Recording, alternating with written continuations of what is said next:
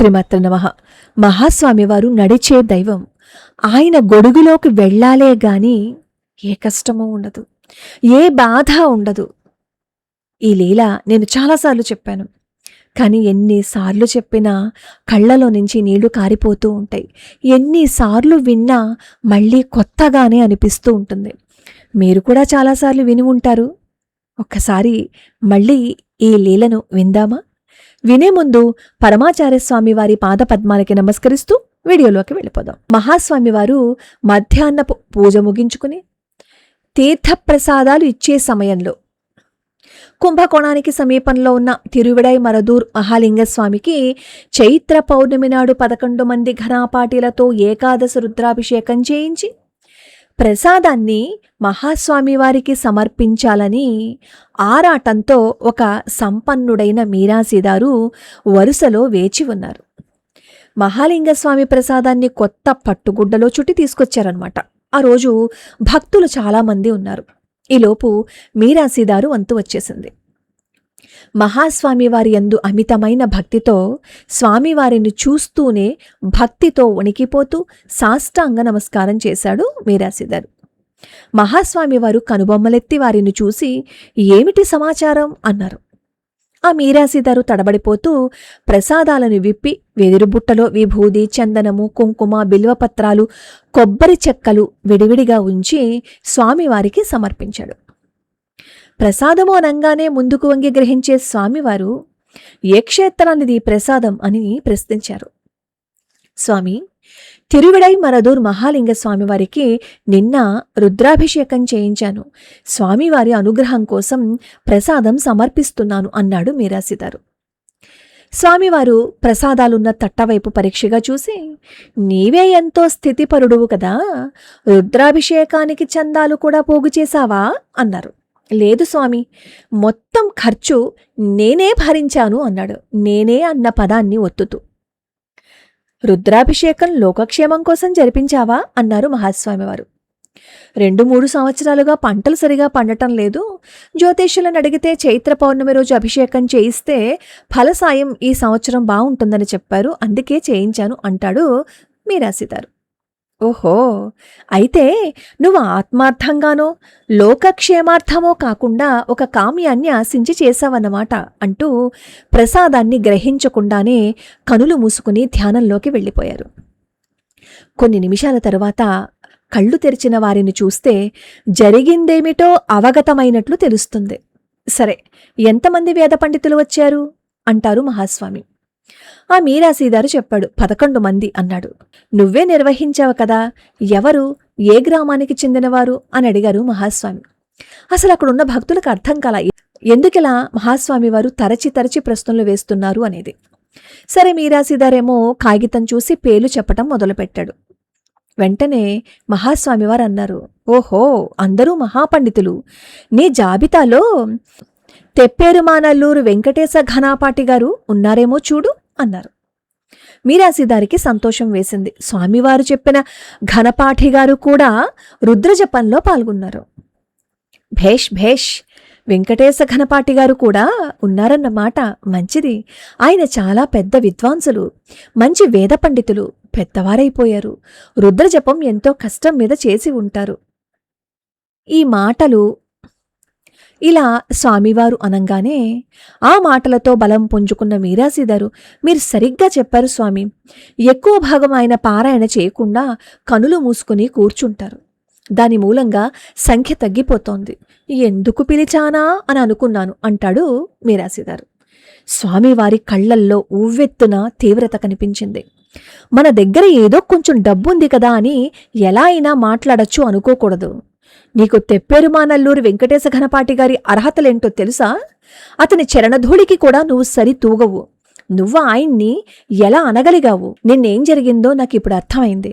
ఆయన అలా కళ్ళు మూసుకుని కూర్చున్నప్పుడు నువ్వు దగ్గరికి వెళ్ళి తీసుకున్న డబ్బుకు గట్టిగా ఒళ్ళు దాచుకోకుండా పారాయణం చేయకుండా నోరు మూసుకుని కూర్చుంటే ఎలా అన్నావా లేదా చెప్పు అన్నారు తీక్షణంగా. ఆ ప్రదేశమంతా చీమ చిటుక్కుమన్నా వినిపించేంతటి నిశ్శబ్దంగా అయిపోయింది. భక్తులందరూ నిశ్చేష్టులైపోయారు. క్షణం వరకు సాధారణంగా మాట్లాడుతున్న మీరాసీదారు గడగడా వణికి కాళ్ల బలం చాలక మోకాళ్ల మీద ముందుకు పడి బలవంతంగా లేచి నుంచున్నాడు. కళ్ల నుండి నీరు జలజలా స్రవిస్తుండగా నోటిమీద చెయ్యి అడ్డుపెట్టుకుని నాది తప్పే స్వామి, దయచేసి క్షమించండి. ఘనపాటి గారితో సరిగ్గా ఇప్పుడు మీరు ఏదైతే చెప్పారో ఆ మాటలే అన్నాను.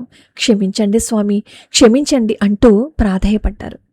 ఆగు, అంతటితో ఆపలేదు, ఇంకా ఉంది. నువ్వు పండితులందరికీ దక్షిణ ఇచ్చావా? ఎంతిచ్చావు అని చెప్పడిగారు మహాస్వామి. ఒక్కొక్కరికి 10 రూపాయలు ఇచ్చాను అంటాడు మీరాసీదారు. నాకంతా తెలుసు, మళ్ళీ చెప్పు. అందరికీ 10 రూపాయలు చెప్పనిచ్చావా? రెట్టించారు స్వామివారు. మీరాసీదారు మౌనంగా ఉన్నాడు. స్వామి వదిలేటట్లు లేరు. చెప్పడానికే సిగ్గువేస్తోంది కదూ, నేను చెప్తాను ఏం జరిగిందో. మిగతా పండితులందరికీ నువ్వు 10 రూపాయలు చెప్పనిచ్చావు. వెంకటేశ ఘనపాటి గారి దగ్గరికి వచ్చేసరికి ఆయన సరిగ్గా జపం చేయలేదని 7 రూపాయలకి తగ్గించావు. చేసిన దానికి తగినంత ఇచ్చానని నిన్ను నువ్వు మెచ్చుకుని ఆయనను కించపరిచినందుకు సంతోషించావు. ఆయన నిన్ను చూసి ఒక చిరునవ్వు నవ్వి ఇచ్చింది తీసుకున్నారు. చెప్పు, ఇది నిజమేనా అన్నారు. ఈ విషయమంతా స్వామివారికి ఎలా తెలుసు అని భక్తులు ఆశ్చర్యపోయారు. ఒక ఉపన్యాసంలో రాజగోపాల ఘనపాటి అనే మహాపండితులు చెప్పారు, రామనామం జరిగే చోటల్లా హనుమంతుడున్నట్లు వేదపారాయణం జరిగే చోటంతా మహాస్వామివారు ఉంటారట. వారి గురువుగారు ఎక్కడైనా పారాయణాలలో శిష్యులు బాలచేష్టలు చేస్తుంటే జాగ్రత్త, సరిగా పారాయణ చెయ్యి, మహాస్వామివారు ఉన్నారు అనేవారట. మరుసటి రోజు వీరు పెద్ద స్వామివారిని దర్శనం చేస్తే జరిగిందంతా మహాస్వామివారు సినిమాలో చూసినట్లు చెప్పేసేవారట. మీరాసీదారు నిర్ఘాంతపోయాడు. నోట మాట రాలేదు. తేరుకుని తాను తప్పు చేశానని, మరలా ఇటువంటి తప్పుదం చేయనని మరలా వేడుకున్నాడు. కన్నీరు మున్నీరుగా అవుతున్నాడు. స్వామివారు అక్కడితో ఆపలేదు. వారి మనసు ఎంత క్షోభపడిందో. ఆగు, అక్కడితో ఆగితే బానే ఉండేది. ఆ రోజు బ్రాహ్మణులందరికీ రామచంద్ర అయ్యరింట్లో భోజనాలు ఏర్పాటు చేశావు కదా, అందరికీ నువ్వే స్వయంగా వడ్డించావు. చక్కెర పొంగలి అమృతంలా ఉంది. మంచి నెయ్యి ఓడుతూ ఉంది. ఆ నేతిలో ఎన్నో జీడిపప్పులు కిస్మిస్ పళ్ళు తేలుతూ ఉన్నాయి. ఆ చక్కెర పొంగలి నువ్వే స్వయంగా వడ్డించావు కదూ అన్నారు మహాస్వామివారు. ఈ మీరాసీదారికి ఓహో, తాను చేసిన ఒక మంచి పనిని మహాస్వామివారు గుర్తించారు అన్నట్లుగా, అవును స్వామి, నేనే స్వయంగా వడ్డించాను అన్నాడు. వడ్డించేటప్పుడు పంక్తి మర్యాదను పాటించావా అని అడిగారు మహాస్వామివారు సూటిగా. ఈసారి మీరాసీదారు నుంచి సమాధానం లేదు. సరే, నేను చెప్తాను. చక్కెర పొంగలి రుచిగా ఉండడంతో పండితులు మళ్ళా మారు వడ్డనకై అడిగారు. నువ్వు కూడా ఆనందంతో అందరికీ వడ్డించావు. కాని వెంకటేశ ఘనపాటి వారు మారు అడిగితే మాత్రం నువ్వు వెళ్ళలేదు. ఒకసారి కాదు, అనేక సార్లు ఆయన అడిగారు. నువ్వు విననట్లే నటించావు. ఎన్నోసార్లు అడిగావు. ఒక్కసారైనా నువ్వు స్పందించావా? స్పందించలేదు కదా. ఇదా పంక్తి మర్యాద? ఇది ధర్మమా? ఎంత ఘోరంగా అవమానించావు అంటూ మహాస్వామివారు మాట్లాడుతున్నారు. ఆ మాటలు బాధతో తొట్రుపడుతున్నాయి. ఎంతో విచారంగా కనిపిస్తున్నారు మహాస్వామివారు. ఆ మీరాసీదారు సిగ్గుతో చితికిపోతూ నిలుచున్నాడు. మహాస్వామివారు దండం పట్టుకుని మాలధారి అయిన పరమేశ్వరుడి వలె సర్దుకుని నిటారుగా కూర్చున్నారు. మళ్లీ కొంతసేపు మౌనంగా ధ్యానముద్రలో కనులు మూసుకుని ఉద్విగ్నతను అదుపు చేసుకుంటూ కూర్చున్నారు. కనులు తెరిచి సూటిగా చూస్తూ, మీరాసీదారు గారు, ఒక విషయం అర్థం చేసుకోండి. తెప్పేరుమానల్లూరు వెంకటేశ ఘనపాటి గారికి 81 ఏళ్లు. వారు తన 16 ఏళ్ల ప్రాయం నుంచి అనేక శివాలయాలలో రుద్రజపం చేశారు. శ్రీరుద్రం వారి నరాలలో, వారి నెత్తురులో, వారి ఊపిరిలో వ్యాపించింది. వారు మహాపురుషులు. వారి ఎడ నువ్వు ప్రవర్తించిన తీరు పాపభూయిష్టం. పాపం తప్ప మరొకటి కాదు. మహాస్వామి వారింకా మాటలాడలేకపోయారు. కొంచెం సేపు ఆగి మళ్ళా కొనసాగించారు. నువ్వు చేసిన అవమానం ఆయనని కలవరపరిచింది, లోతుగా బాధించింది. నీకు తెలుసా ఆ తరువాత ఆయన ఇంటికి వెళ్లలేదని? నిన్న సాయంత్రం ఆయన నేరుగా మహాలింగస్వామి గుడికి వెళ్లారు. కన్నీరు బుగ్గల మీదుగా జలజల కారుతుండగా తెప్పేరుమానల్లూరు వెంకటేశ ఘనపాఠి స్వామివారికి చేతులెత్తి నమస్కరించి, అయ్యా జ్యోతి మహాలింగమా, నేను నీకెంత భక్తుడునో నీకు తెలుసు. నీ సన్నిధిలో నా చిన్నతనం నుంచి నేను చేసిన రుద్రజపాలు నువ్వు అనేక పర్యాయాలు అవధరించావు. ఇప్పుడు నా వయస్సు 81. హృదయం చాలా గట్టిగానే ఉంది, కాని వార్ధక్యం తగ్గిపోయింది. ఇవాళ భోజన సమయంలో ఏం జరిగిందో చూసావు కదా. ఆ చక్కెర పొంగలి ఎంతో రుచిగా ఉంది. నా సిగ్గును పక్క నుంచి మరికొంచెం వడ్డించమని అర్థిస్తున్నాను. ఒకసారి కాదు, అనేక సార్లు. మీరాసీదారు విననట్లు నటించి వెళ్ళిపోయాడు. నీకు తెలుసు కదా నాకు చక్కెర పొంగలంటే ఎంతో ఇష్టం. నేను అర్థించినా అతడు వడ్డించకపోవటం వల్ల నేనెంతో బాధపడ్డాను. కానీ స్వామి, తరువాత నాకీ విధమైన చాపల్యం అది ఒక వంటపై ఉండకూడదని గుర్తించాను. అందుకే ఇప్పుడు నీ ముందు నుంచున్నాను.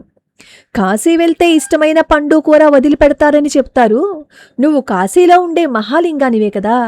అందుకే నీ ముందు వాగ్దానం చేస్తున్నాను.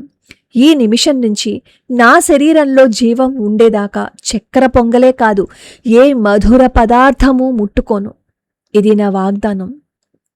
స్వామి ఇక సెలవు అంటూ కన్నీటితో ఆ ఘనపాటి నిన్న రాత్రి తన గ్రామం చేరారు. ఇప్పుడు చెప్పండి అయ్యర్ గారు, మీరు చేసింది మహాపాపం కాదా? మహాలింగ స్వామి నిశ్చేష్టితాలను ఒప్పుకుంటారా? మహాస్వామి వారు మౌనంగా అయిపోయారు. 3 గంటలయింది. పరిచారకులు భిక్షకై రావలసిందిగా ప్రార్థిస్తున్నారు. ఎవరూ ఆ ప్రదేశం వదిలి కదలటం లేదు. ప్రతి వారి కనుల నిండా నీరు.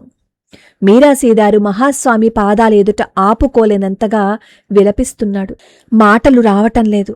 అయినా ప్రయత్నం మీద, స్వామి నా ప్రవర్తనకి సిగ్గుపడుతున్నాను. నేను పెద్ద తప్పు చేశాను, క్షమించానని చెప్పండి. మళ్ళీ ఇటువంటి అపరాధం చేయను స్వామి, క్షమించండి. మహాలింగ స్వామి ప్రసాదం తీసుకోండి, నన్ను క్షమించండి స్వామి, నన్ను క్షమించండి అంటున్నాడు ఆ మీరాసీదారు. స్వామివారు ఆ ప్రసాదం ముట్టుకోలేదు. కొంచెం ఆగు, నాకు మహాలింగ స్వామియే అనుగ్రహంతో ప్రసాదం పంపిస్తారు అన్నారు మహాస్వామివారు. అంతలో రుద్రాక్షలు ధరించిన 65 ఏళ్ల పండితుడు చేతిలో వెదురు తట్టలో ప్రసాదాలు పుచ్చుకుని వచ్చాడు. స్వామి, నా పేరు మహాలింగం. నేను తిరువిడై మరదూర్ అర్చకుడను. నిన్న మహాలింగస్వామికి రుద్రాభిషేకం జరిగింది. ఆ ప్రసాదాలు పరమాచార్యస్వామి వారికి సమర్పించి ఆశీస్సులు తీసుకుని వెళదామని వచ్చాను అన్నారు. ఆ వచ్చిన ఆయన నమస్కరించబోతుండగా మహాస్వామివారు, శివదీక్ష పుచ్చుకున్నవారు ఇతరులకి నమస్కరించరాదు అంటూ వారించి ప్రసాదం ఎంతో భక్తితో గ్రహించి ఆ పండితుడికి మర్యాద చేసి పంపించారు.